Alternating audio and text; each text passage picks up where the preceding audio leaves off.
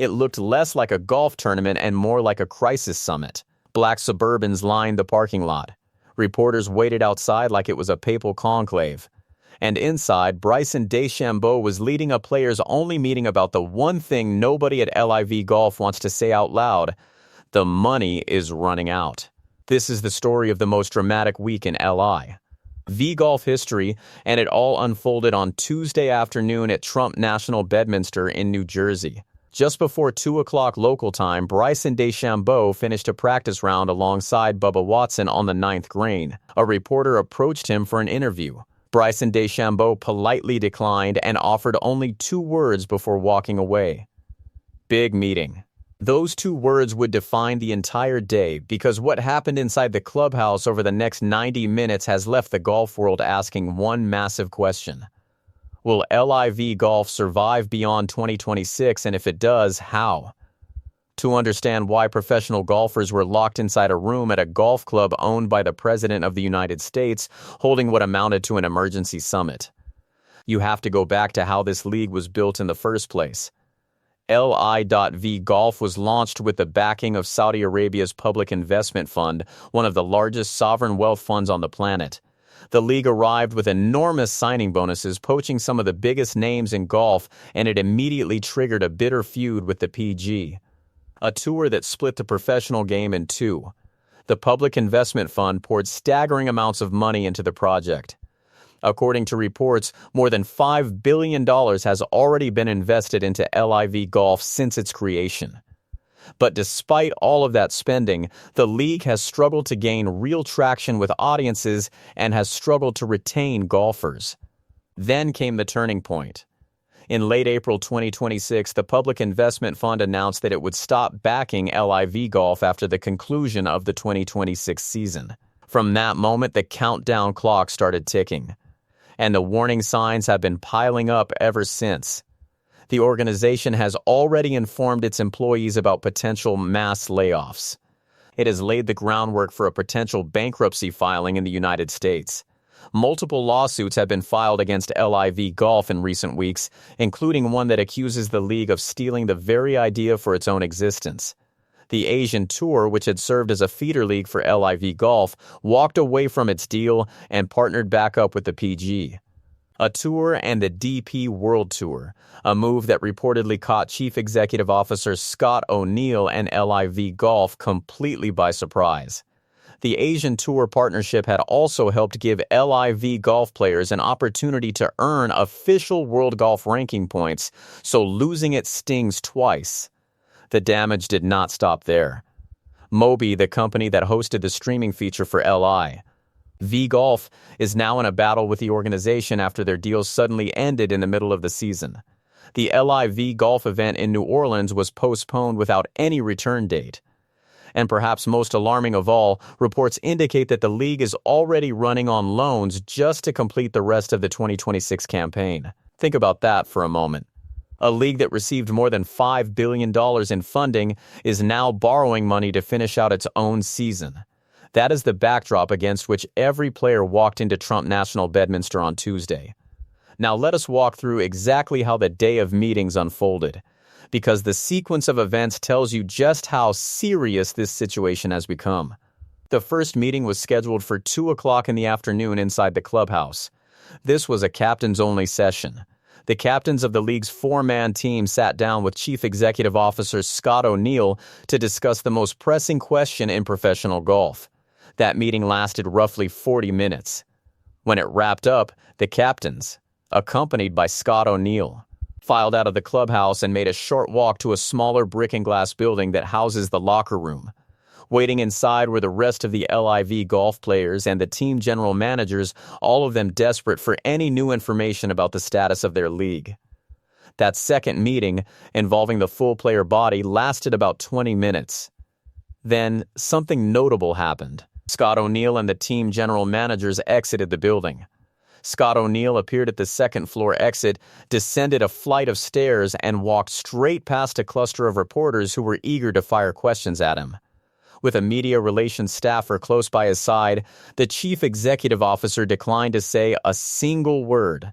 Any information from inside that room would have to come from the players themselves. And that is when the third and most intriguing meeting of the day began.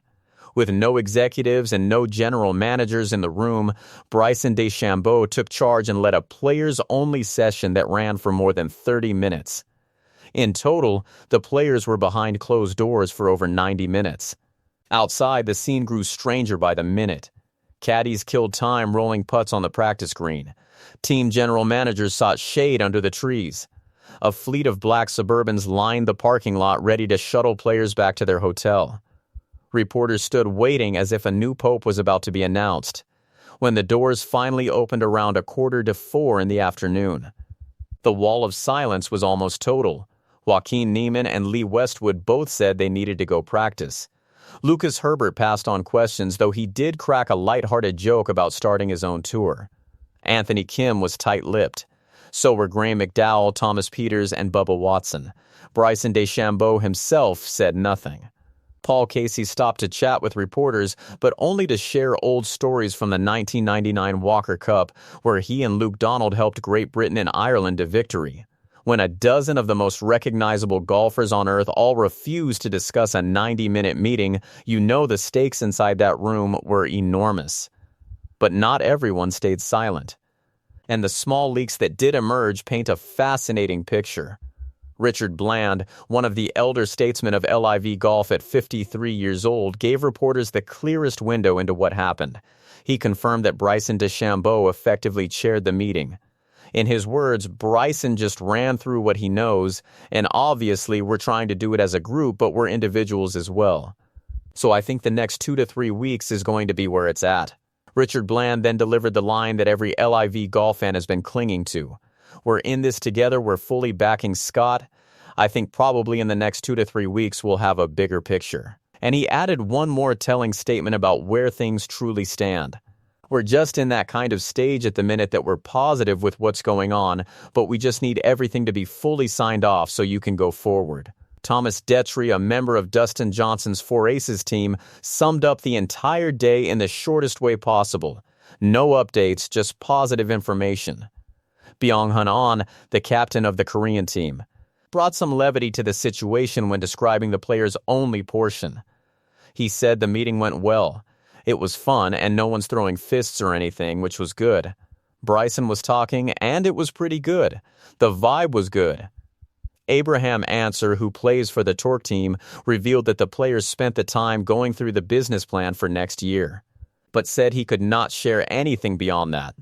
When he was asked whether LIV Golf leadership has been giving players enough information, Abraham Answer answered, "I think they're giving us as much as they can."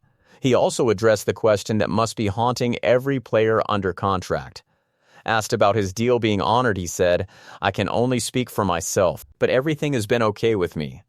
I have nothing really bad to say." So what does all of this actually mean? When players describe a rescue negotiation as positive but repeatedly stress that nothing has been signed, that tells you the league is in the middle of a live, unresolved deal. And there is a genuine flicker of hope on that front. According to a report from the New York Post, LIV Golf has secured commitments from a team of anchor investors that would form a financing syndicate with enough cash to support a reimagined version of the league. LIV Golf has not commented on that report, which is exactly what you would expect from an organization in the middle of sensitive negotiations. The 2 to 3 week timeline that Richard Bland mentioned twice lines up with the idea that a deal is being finalized right now behind the scenes, and that the players have been told to hold steady until the ink is dry. While the investor drama plays out, there is a second crisis unfolding at the exact same time, and it involves $40 million. The LIV Golf Team Championship, the season-ending showcase event, is scheduled for August 27 through August 30 at the Cardinal in Plymouth, Michigan, but there are serious mounting signs that this event is about to be canceled entirely. Several major news outlets, including the Wall Street Journal, have reported that the league is on the verge of scrapping it. The physical evidence on the ground supports those reports. Preparations at the Cardinal, including the building of basic grandstands and other essential infrastructure, have not even started. Multiple contractors have said their travel and accommodation bookings for Michigan were canceled. Even more troubling, some of those contractors say they are owed money and have not been paid in months. Sources told The Athletic that no decision or announcement on the event is expected this week, while sources told Front Office Sports that the event is expected to be canceled. Yet the players themselves are being told a different story. Cameron Smith, the captain of the Ripper team, addressed the situation directly during his press conference on Tuesday morning. "We've been told to prepare as though it's going ahead," he said.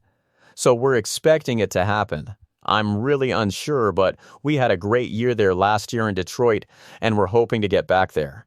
Cameron Smith also said it would be a shame if LIV Golf cannot continue into 2027. When Richard Bland was asked about the Michigan event, he admitted, "I don't know." So we've got to wait and see on that. Byeong Hun An captured the uncertainty perfectly. "We'll see what happens. I'm not making the decisions. We know as much as everyone knows. There's no or yes. I'm waiting on it." There is one fallback scenario being discussed. It remains possible that LIV Golf could fold some elements of its team championship into the LIV Golf Indianapolis event, which is scheduled for August 20 through August 23, and now looks like it could become the true 2026 season finale. All of this brings us to the man carrying the weight of the entire league on his shoulders. Chief Executive Officer Scott O'Neill has reportedly spent nearly every waking hour over the last 3 months searching for a financial lifeline.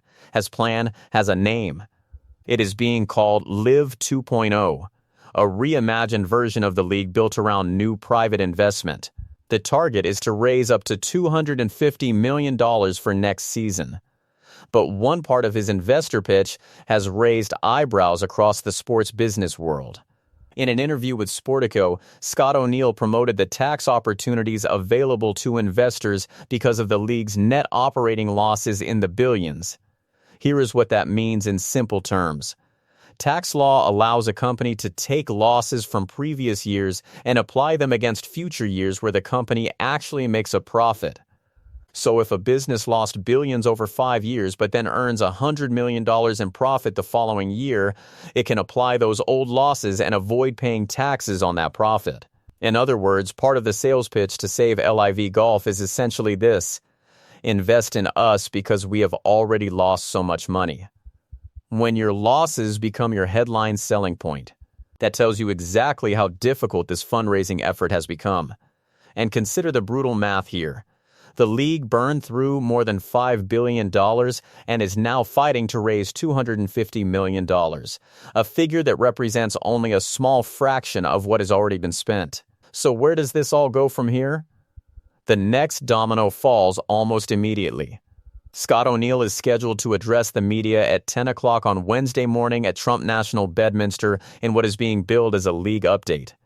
Whatever he says at that podium could reshape everything you have just heard. Beyond that, only 3 tournaments remain on the 2026 schedule.